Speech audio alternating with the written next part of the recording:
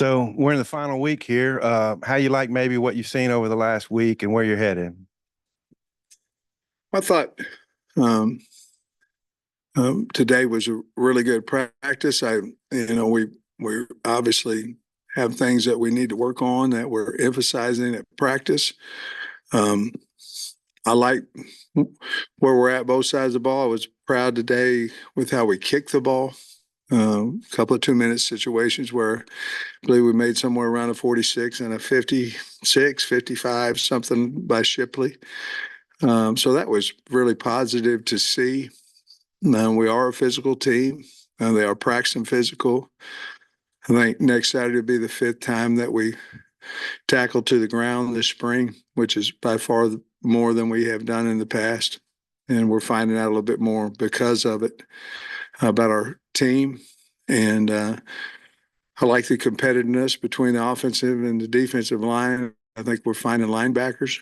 Um, they can run. And I think we figure out who our running backs, who we feel good about at running back. I think maybe the biggest question mark right now is where we're at wide receiver wise, because we've had several injuries. We've had some hamstring with Andrew. He was back today, and we've had a hamstring with Jaden. Ty Broden has a family situation that he's handling right now.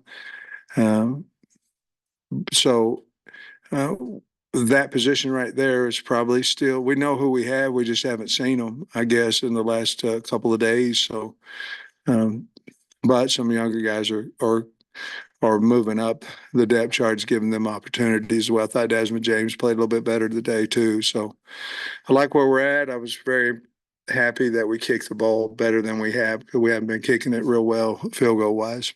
Yeah, a little feistiness. We hadn't seen, little action after the play action. Yeah. Is that how do you take that? Well, obviously, you don't want anything to ever escalate to that point. We had a good talk with the team afterwards on it about what's acceptable, what's not. But it was just the two guys got tangled up on the sideline, and I believe one side thought it was more than that, and escalated into something that shouldn't have. But I think our team is a very together team. I think it was obviously at the end of practice, and we had practiced really hard, and things escalated there, but we stopped it fairly fast. I think we sorry, I forgot Well, coach, the offensive line seemed like last spring and fall was giving up at a lot of penetration, I guess, and that didn't seem to be happening as much. Is that what you're seeing? Yeah, they're seeing a lot of things from the defense as well, and I think we're pretty good on the D line. It's trying to get to the quarterback and things like that. So, yeah, I think it starts. Any protection starts with your tackles, and you have to be good at those positions. I feel good about our tackles situation, and I think Eric's done a really good job with their eyes and not cutting somebody loose. Eyes are so valuable pre-snap, and if something surprises you, you can never get your body normally in front of it. You're usually playing half of the man if you're in a surprise. I think his technique and the eyes that he's teaching right now are really helping us, and we're covering those guys up a lot better, and they're playing pretty good as a unit in there. And I'll be honest with you, we've done more crossover drills this spring with tight ends and running backs against linebackers. I think our linebackers are getting better rushing the quarterback, and I think our running backs are doing a nice job of picking up blitzes as well, along with the tight ends when we're in a 7-man protection. Yeah, I remember my question now. On the offensive line, the five starters we've seen, pretty consistent there. Maybe some snap issues. Any concerns at all? Wiggins played a little bit today, and I think the only concern there is that we had a few snap issues today with Nichols, and if you notice, they were all when he was in with the two group, and so maybe there's some reason to move guys in and out, to make sure that they're comfortable with each other. But obviously that showed that he's working with a different quarterback, and so the cadence would be slightly different. We want them to all be the same, but maybe it was slightly different, maybe not quite as loud and things like that. And so obviously the timing of the snap is important, and with the second and third team quarterback whom he worked with today, I think the timing was off, which would make your snap off too. So it hadn't really been a problem since the very beginning of practice when he's working with Green. Just was a problem today. So obviously there's a concern anytime anything's not going the way it should. But I think we can fix that real easy. Maybe get him a few more reps with those other guys, let him get comfortable with their cadence. And Ian Jeffrard, I don't know if he practiced Saturday or today. Is everything okay with him? He's fine. He pulled his hamstring, got split and pulled his ham. I anticipate that he'll be full speed by Thursday and he'll be able to play in the spring game. Taylor started off pretty strong. Maybe last week wasn't as accurate. It looked like he was pretty accurate today. What are your thoughts on his past week, I guess? Well, I think anytime you go out in the portal, and I'm not for sure, Trey, it's not any position. You want him to be so good and so, completion rate and all those things, you want him to be 100%. It's just impossible for him to do that. I think it's more the accuracy of the crossing routes and things like that we're working on. But as long as he has confidence, he has the tools to do that. And I think today, with the ability to step up and have a little bit more time, and obviously I think it makes a difference too when you are working with the receivers, which he hasn't been. Last week he didn't do at all. And so I think receiver changing out, which may happen in a game too. But the receivers, with losing those three guys last week, I think that may have had something to do with last week, because you get familiar with who you're playing with. But I thought he had a much better day today, and we got Bobby coaching him. I think with his talent and Bobby's knowledge, I think he'll be just fine. Maybe getting ahead of you a little bit, but I mean, next week portal opens, contact period opens. It's a lot of chaos. You guys ready to jump into that Are you going to take a break? We're ready for it. I don't want to. I'm a totally different person when the portal's open. It's just it's hard on the mind, 15 days. I believe it's been longer than that in the past. And so I've told the team, if we just keep this team, that we're going to have a really good team. We just don't lose anybody off of this team. And obviously we have conversations with our kids and then with the coaches trying to figure out all that stuff. But hopefully we don't have anybody go in the portal. And I don't care if they're fourth team, third team, they're part of the team. They fit on the team. And but if we do, obviously we can go out and replace, but that's not what we're looking forward to. We don't want to do that. Taylor, when Bobby came in and spoke with us last week, he kind of mentioned how you don't really see Taylor's ceiling because he's not getting tackled and stuff. I mean, how do you go about evaluating that? Your quarterback, what he can do in the run when the pads are live without kind of, obviously you want to keep him safe and not have him getting hit, but what's the evaluation process there? And will you maybe put him in the line of fire at all this offseason? We won't. But I'll say this, that the only way that we can have some type of, we obviously see that he's fast and things, but you can go back and look at his film from last year when he took off and what did he do? And there was some pretty amazing things when he was able to run. I can still remember we were playing Rice out here, and I don't know that we really knew what KJ Jefferson was running the football, and then Rouse caught an option play, and that got called back for a holding. I think we gained about 50, and we got about 10 out of it, out at the wideout. But we really found out more about him when the game started. Now, obviously in practice, we can see him do some things, and we've got plays where he is the primary runner, depending on what the tackle does, what the end does. We just haven't used those as much because we've been working more on his play action game and on his drop back game, because we are assuming from tape that we watch that he is a dynamic runner. But we can't afford to get him hit. And probably that major evaluation will be when we play Arkansas Pine Bluff. And Anton got a lot of reps with the ones, obviously with Landon being gone this Saturday. Just what you see from him, and it seems like he's starting to settle in. And how have you seen him grow? A lot of really good. He played well Saturday, and he needed those reps up there against Junior. And I thought he played really well. Obviously, Landon got married, and beautiful girl Grace, she worked for us for a year, and happy for him and her. What a beautiful couple. But it gave Anton an opportunity to play there. And I'll tell you what he is. He plays extremely hard, but he's very, very strong and has good leverage. And obviously he set the record over there at, I believe, Albany for a reason. And we're really glad he's here, but he's playing the run and pass.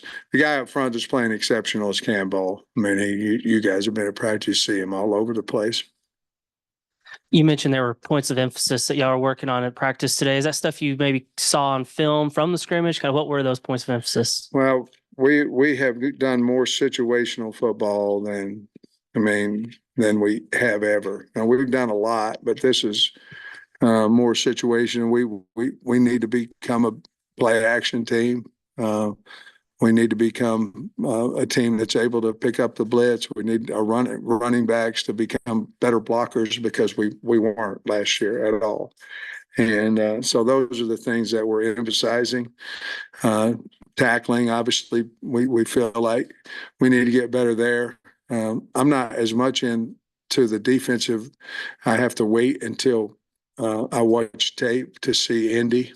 But they're working on tackling as well over there, because I'm Eric's GA, and so I'm not able to get around to all the Indy except for after practice when I watch it. But if we're seeing a problem, we're addressing it as quick as we possibly can the next day, and that's even changing formats sometimes of practice, so we can just.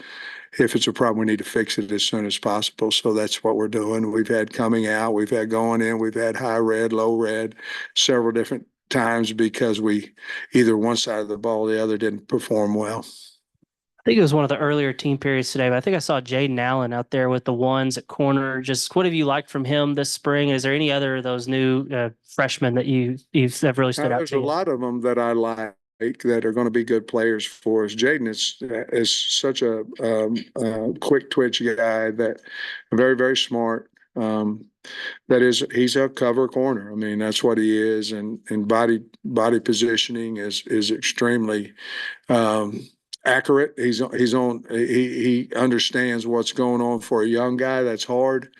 I think if you look at the freshmen who have really elevated, Braylon Russell would be one of those guys that there's no doubt in my mind that he will help us this fall. And CJ Brown is another guy that I believe is going to help us this fall. And then after that, I'm probably missing a guy or two, but Selman Bridges and another guy that's possibly doing that. Tavis Metcalf is doing a good job. So, but those guys are the ones that stand out in my mind. Our two young defensive ends are going to be good players. We have good depth where they're at, but I think they're going to be good players eventually. Coach, did I understand Saturday's going to be a game and not a scrimmage? Is that right? It'll be a game, yeah. Do you know what the format's going to be I on do. that? Yeah, we'll have a red and a white team, and the first half will be just a football game, and we'll have the ones with the red team, and the white team will be the twos. Then at half, what we'll do is we'll probably take the ones and they'll be done.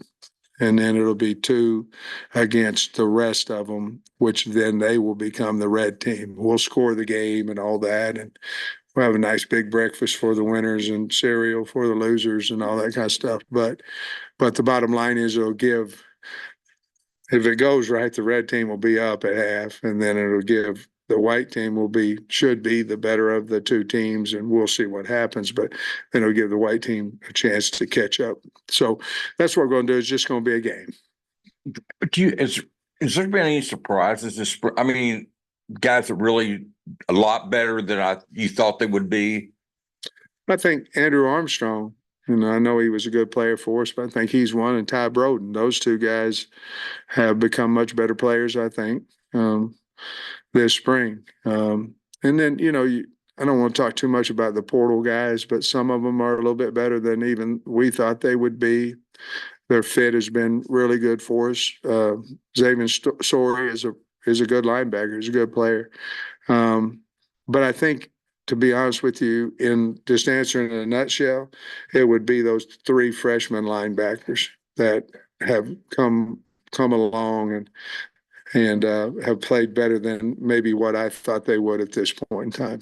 You mentioned Tevis earlier. Has TJ Metcalf made some progress? He has too. He certainly has. He's a guy that in the scrimmage on Saturday will start off with the twos, and he may get opportunities to have some reps with the one as well. You follow basketball coaching searches at all? Well, I live in Arkansas, so it'd kind of be hard not to. But I believe in Hunter Yurchek. He'll find the best guy.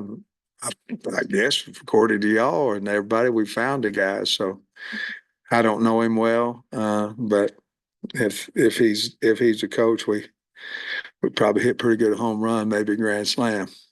What do you remember about when you were being talked to and pursued by Hunter Yurchek, just his approach and his method during coaching searches? Well, it was very comfortable conversations, and you could, there wasn't a whole lot of questions that, Trey, I had, it wasn't like, who do we play next year? No, I didn't care, mine was different than what I'm assuming Coach Calipari's is, but I remember him being very easy to talk to, very forward and direct. I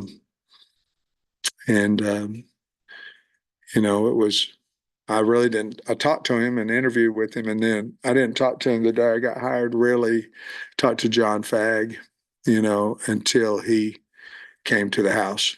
And then when they came to the house, and he did all the talking, and Steve Cox was there, as well. But I just remember he was easy to talk to, but very, very direct in what he was his expectations. And the one question that he asked me was, can you handle being the head football coach at Arkansas publicly? Can you be the guy? Because obviously he understood the passion of the fan base, and that can work obviously for you and against you at times, as I've experienced both of those. And of course the answer was, hell yeah, I can, but that's what I remember. And then he, to be honest with you, he hasn't changed at all since we've been here. It's been direct. What we need, what can I do to help you?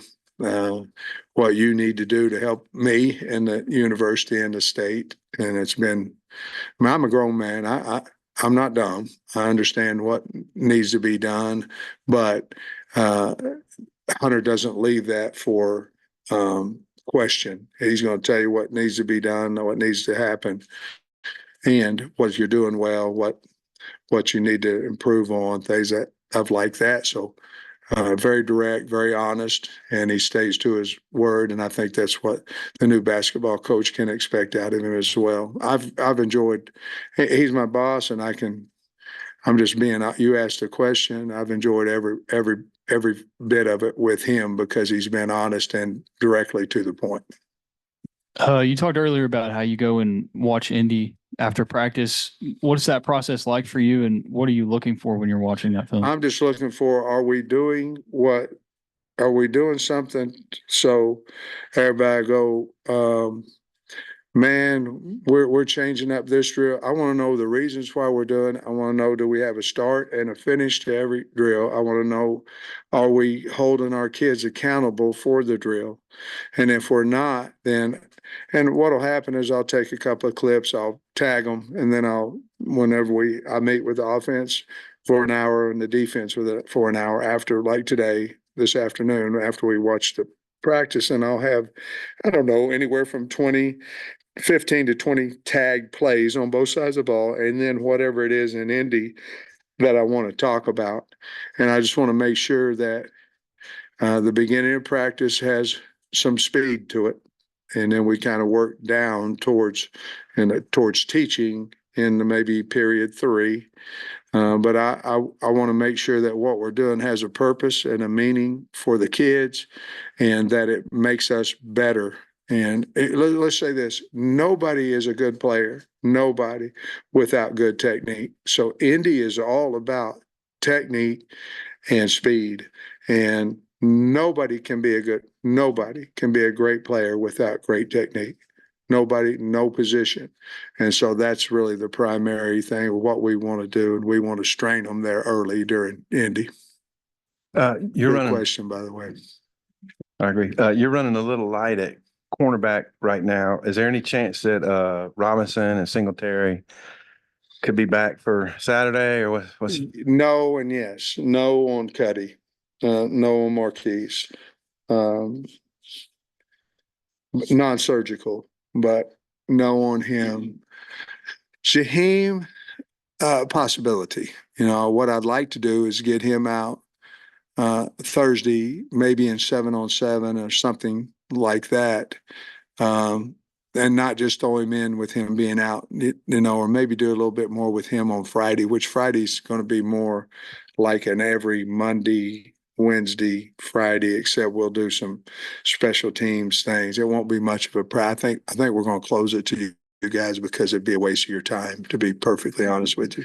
Well, it would. We're not doing a whole lot that would be valuable to you. So I don't. I'm hoping Jaheim no for Marquise. John McDade at practice today? Y'all might talk a little this afternoon. What are those sessions like with him? Good. I mean, he goes to every one of us, you know, and spends a half a day or whatever. And we have a list of questions that we want to ask him. And it's not about last year and what happened on this or what happened. It's basically about the new rules, because what happens a lot of times, Tom, is they talk about these rules and then they pass. And then all of a sudden it's like, oh my Lord, we didn't do it. And, you know, like one of them was a different, you know, you couldn't go downfield on punt. That would, you know, early is like the NFL rule.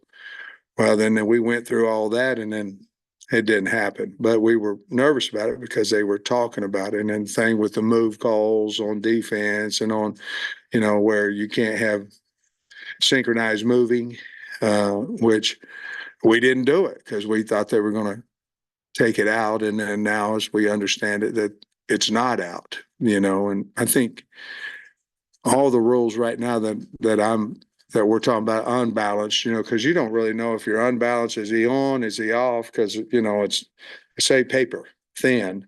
And so you don't know who's eligible. And what happened before, they were putting a guy in eligible, but he was running a 3-yard crossing route, which means he's not past the line of availability that you can be, but he was running a crossing route. Well, the guys didn't know if he was eligible or not. And so really the rules that John's talking to us are about integrity, about this is not what the game's supposed to be like. And he would like to get some of those out.